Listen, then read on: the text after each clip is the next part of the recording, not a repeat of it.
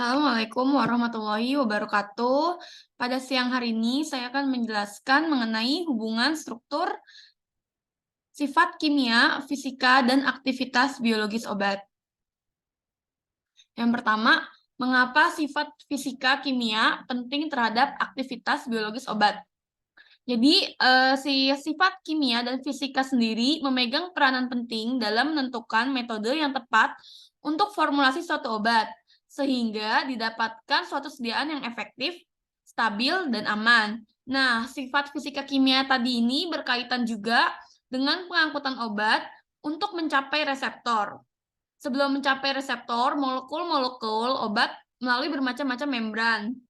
Kemudian berinteraksi dengan senyawa-senyawa dalam cairan luar dan dalam sel. Nah, nanti di sini sifat kimia dan fisikanya sendiri berperan dalam proses penyerapan dan distribusi obat sehingga kadar obat pada waktu tertentu mencapai reseptor dalam jumlah yang cukup besar. Hanya obat yang mempunyai struktur dengan kekasan yang tinggi yang dapat berinteraksi dengan reseptor biologis.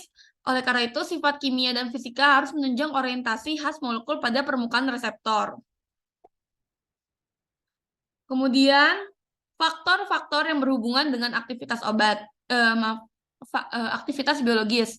Yang pertama, ionisasi. Di sini, ionisasi sendiri itu apa? Ionisasi adalah proses fisik yang mengubah atom atau molekul menjadi ion-ion dengan menambahkan atau mengurangi partikel bermuatan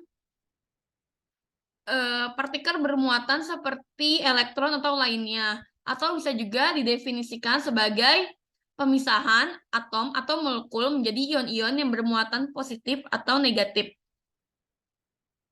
Nah, di sini yang pertama adalah obat yang aktif dalam bentuk tidak terionisasi. Di sini contohnya adalah fenobarbital. Jadi, sebagian besar obat yang bersifat asam atau basa lemah, bentuk tidak terionisasinya dapat memberikan efek biologis. Hal ini memungkinkan bila kerja obat terjadi di membran sel atau di dalam sel.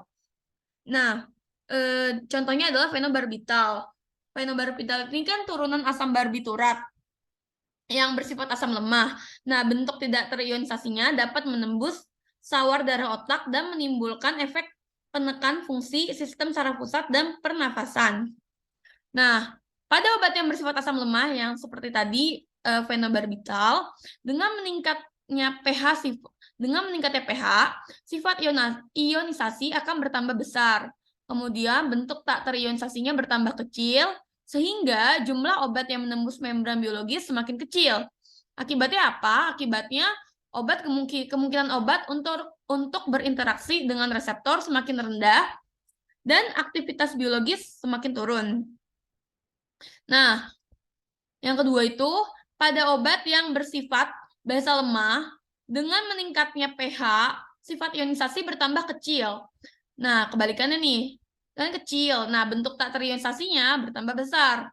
Jadi, jumlah obat yang menembus membran biologis semakin besar dan kemungkinan obat untuk berinteraksi dengan reseptor semakin tinggi serta aktivitas biologisnya semakin meningkat. Lanjut.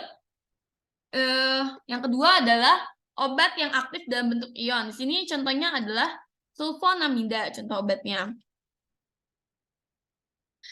Beberapa senyawa obat menunjukkan aktivitas biologis yang makin meningkat bila derajat ionisasi meningkat. Nah, seperti kita ketahui, dalam bentuk ion senyawa, obat umumnya sulit menembus membran biologis. Sehingga diduga bahwa senyawa obat dengan tipe ini memberikan efek biologis di luar sel. Contoh obat dalam aktivitas ini adalah obat antibakteri yaitu sulfonamida. Nah, menurut Cowles, sulfonamida ini dapat menembus membran sel bakteri dalam bentuk tidak terionisasinya dan sesudah mencapai reseptor yang bekerja dalam bentuk ion. Contoh obat yang aktif dalam bentuk ion itu salah satunya adalah turunan akridin dan turunan amonium kuartener. Yang B, pembentukan kelat. Yang pertama kita harus tahu dulu kelat itu apa. Kelat itu adalah senyawa yang dihasilkan dari kombinasi senyawa yang mengandung gugus elektron donor dengan ion logam membentuk suatu struktur cincin. Nah, gugus-gugus kimia yang dapat membentuk kelat itu antara lain ada gugus amin primer, sekunder, tersier, oksim, imin, imin tersubstitusi, tioeter, keto, tioketo, hidroksil, tioalkohol, karboksilat, fosfonat, dan sulfonat. Nah, kemudian ligan adalah senyawa yang dapat membentuk struktur cincin dengan ion logam karena mengandung atom yang bersifat donor seperti N, S, dan O. Nah, struktur cincin yang umum itu terdapat dan cukup stabil adalah struktur cincin yang jumlah atomnya 5 dan 6. Contoh ligan dalam sistem biologis itu ada asam amino protein kayak glisin, terus cystein, histidin. Terus kalau di vitamin ada ribofloxacin, asam folat. Di bahasa purin itu ada hiposantin, gonosin, sama asam trikarboksilat itu ada asam laktat dan asam sitrat. Nah, kalau kelat itu contohnya ada enzim porfirin, non-porfirin, terus ada enzim kelat yang mengandung CO itu enzim oksidase, kelat yang mengandung logam Mg itu fosfatase, yang mengandung logam Ne itu arginase, logam Zn itu anhidrase, dan yang mengandung logam CO itu vitamin B12. Di sini ada gambar yaitu contoh reaksi pembentukan kelat antara etilendiamin tetraasetat yaitu ETA dengan ion Ca2+. Di sini nah ETA dihubungkan dengan elektron donor dari atom N dan O sehingga membentuk struktur cincin. Nah, penggunaan ligan sendiri dalam farmakologi itu yang pertama bisa membunuh mikroorganisme parasit untuk menghilangkan logam yang tidak diinginkan, contohnya kayak pembuatan antidotum keracunan logam, bisa juga untuk studi fungsi logam. Nah, selanjutnya kita akan membahas mengenai potensial redox. Jadi potensial redox adalah ukuran kuantitatif kecenderungan senyawa untuk memberi dan menerima elektron. Nah, si reaksi redox sendiri itu apa sih? Reaksi redox itu adalah perpindahan elektron dari suatu atom ke atom molekul yang lain. Nah, tiap reaksi pada organisme hidup terjadi pada potensial redox optimum dengan kisaran yang bervariasi. Sehingga kita perkirakan bahwa potensial redox senyawa tertentu berhubungan dengan aktivitas biologisnya. Nah, pengaruh potensial redox ini nggak bisa kita amati secara langsung. Kenapa? Karena cuma berlaku untuk sistem keseimbangan ion tunggal yang bersifat reversibel. Sedangkan untuk reaksi pada sel hidup merupakan reaksi yang serentak, termasuk oksidasi ion dan non-ion. Jadi ada yang bersifat reversibel dan ada juga yang sifatnya irreversibel. Nah, hubungan potensial redox dengan aktivitas biologis secara umum cuma terjadi pada senyawa dengan struktur dan sifat fisik yang hampir sama. Nah, pada sistem interaksi obat secara redox, pengaruh sistem, distribusi, dan faktor sterik itu sangat kecil. Nah, contohnya itu ada turunan quinon, kemudian itu riboflavin.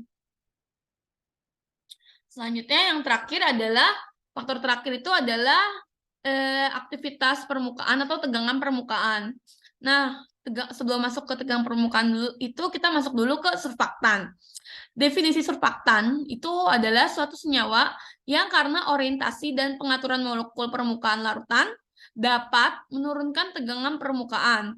Nah, struktur surfaktan itu terbagi menjadi dua. Yang pertama ada bagian yang bersifat hidrofilik atau polar, yang kedua itu ada bagian lipofilik atau nonpolar. Sehingga dapat dikatakan surfaktan itu bersifat amfifilik. Nah, di sini ada gambar orientasi asam olet pada fase uap, fase air, dan fase minyak. Jadi, bila si surfaktan masuk ke air, maka pada permukaan akan teratur sedemikian. Demikian pula hingga sehingga bagian nonpolar misalkan rantai hidrokarbon berorientasi ke fase uap. Sedangkan bagian polar misalnya gugus-gugus COOH, OH, NH2, dan NO2 akan berorientasi ke fase air. Di sini kan contohnya asam oleat. Nah, si asam oleat ini kalau kita masukin ke air, dia itu bisa ngebentuk lapisan monomolekul. Nah, rantai hidrokarbonnya cenderung tegak lurus pada permukaan, tapi gugus COOH-nya mengarah ke fase air. Nah, ketika ditambahin minyak, rantai hidrokarbonnya orientasinya pindah ke fase minyak. Tapi si gugus COOH-nya tetap kontaknya sama air. Nah, asam oleat sendiri cenderung membentuk perubahan dari fase nonpolar ke fase polar secara perlahan-lahan, sehingga energi bebas pada permukaan menjadi lebih kecil. Aktivitas permukaan surfaktan ditentukan oleh keseimbangan hidrofil dan lipofil. Itu disebutnya HLB atau hidrofil lipofil balance. Nah, surfaktan itu berdasarkan sifat gugusnya dibagi jadi 4. Yang pertama ada anionik, yaitu yang mengandung gugus hidrofil yang bermuatan negatif dan dapat berupa gugus karboksil, sulfat, sulfonat, dan fosfat. Contohnya ada sabun K, sabun Na, natrium searat. Yang kedua ada surfaktan kationik, yaitu surfaktan yang gugus hidrofil ya bermuatan positif. Contohnya gugus amonium kuartener, sulfonium, iodonium. Contohnya itu ya.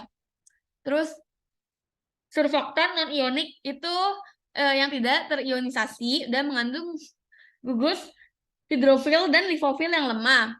Biasanya gugusnya itu contohnya itu kayak yang ada di lab Semsol itu kayak polisorbat 80, terus ada span 80, terus ada surfaktan amfoterik itu mengandung 2 gugus hidrofil yang bermuatan positif, kationik dan anionik. Contohnya ada N-lauril, beta aminopropionat sama miranol.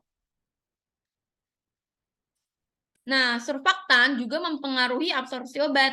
Nah, aktivitas surfaktan terhadap absorpsi obat tergantung yang pertama kadar surfaktannya sendiri, kemudian struktur kimia surfaktan, lalu ada efek surfaktan terhadap membran biologis, efek farmakologis surfaktan, kemudian adanya interaksi surfaktan dengan bahan-bahan pembawa atau bahan obat.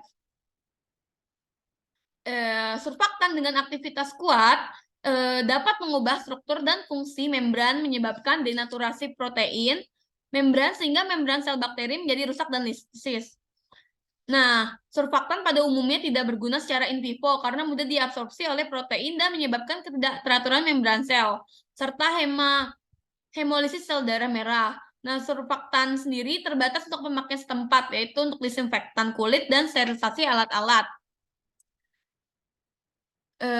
Sekian presentasi penjelasan materi dari saya. Kurang lebihnya mohon maaf. Wassalamualaikum warahmatullahi wabarakatuh. Terima kasih.